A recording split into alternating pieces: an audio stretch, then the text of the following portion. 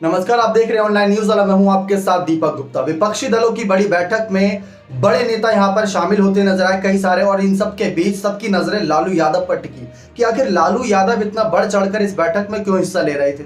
और जब देखा गया लास्ट में उन्होंने प्रेस कॉन्फ्रेंस को संबोधित किया तो वहां से भी कई संकेत मिले। इन सब के बीच चर्चा इस बात की हो रही है कि नीतीश कुमार को इन विपक्षी दलों का संयोजक बनाकर नीतीश को राष्ट्रीय स्तर की राजनीति के लिए भेज देंगे लालू यादव, और अपने लाल तेजस्वी यादव को बिहार की सत्ता पर विराजित करते नजर आएंगे। जी हाँ, ये बहुत बड़ा संकेत मिलता नजर आया कि जिस तरीके से तेजस्वी यादव की सीएम पद पर ताजपोशी को लेकर इस साल की शुरुआत से ही काफी ज्यादा चर्चा थी। और देखा जाए सावन का महीना, पिछले आप सावन के महीने को उठाकर देख लीजिए नीतीश कुमार ने क्या किया था, 2019 का देख लीजिए। सावन का महीना जब जब आता है तब तब नीतीश कुमार कोई बड़ा खेला करते हैं, कोई बड़ा सत्ता परिवर्तन करते हैं।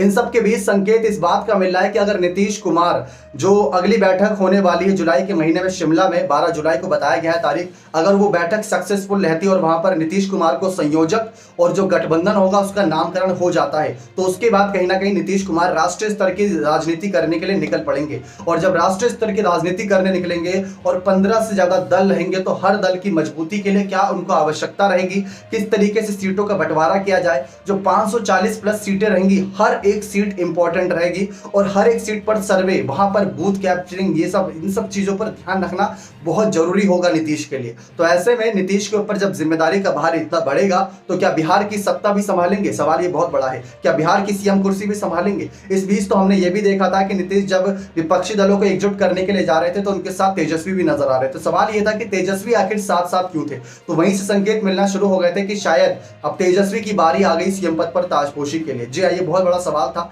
लेकिन इन सब के बीच चर्चा इस बात की कि क्या जेडीयू के विधायक मान जाएंगे, क्या वो मान जाएंगे यहाँ पर तेजस्वी यादव को सीएम पद के तौर पर? देखा जाए तो जो जनता दल यूनाइटेड है उस पार्टी में से नीतीश के अलावा कोई और बड़ा चेहरा नहीं है। उपेंद्र कुशवाहा जैसे कुछ बड़े चेहरे थे लेकिन वो पार्टी छोड़कर अपनी ही नई पार्टी बनाते नजर आए। इन सब के बीच तेजस्वी यादव पर साल की शुरुआत से सीबीआई और ईडी का शिकंजा लगातार कसा गया। अब उस शिकंजे की वजह से कहीं ना कहीं तेजस्वी यादव काफी खामोश रहे और तेजस्वी के तमाम समर्थक भी खामोश रहे। अब इसी को ध्यान में रखते हुए तेजस्वी यादव, अब जिस तरीके से देखा जाए थोड़ा सा उनको राहत की सांस मिला है। अब इसी राहत की सांस के बीच लालू यादव ने भी मोर्चा संभाल लिया। ये भी कहते नजर आए कि मैं एकदम फिट हूं और अब पीएम मोदी को फिट करना है।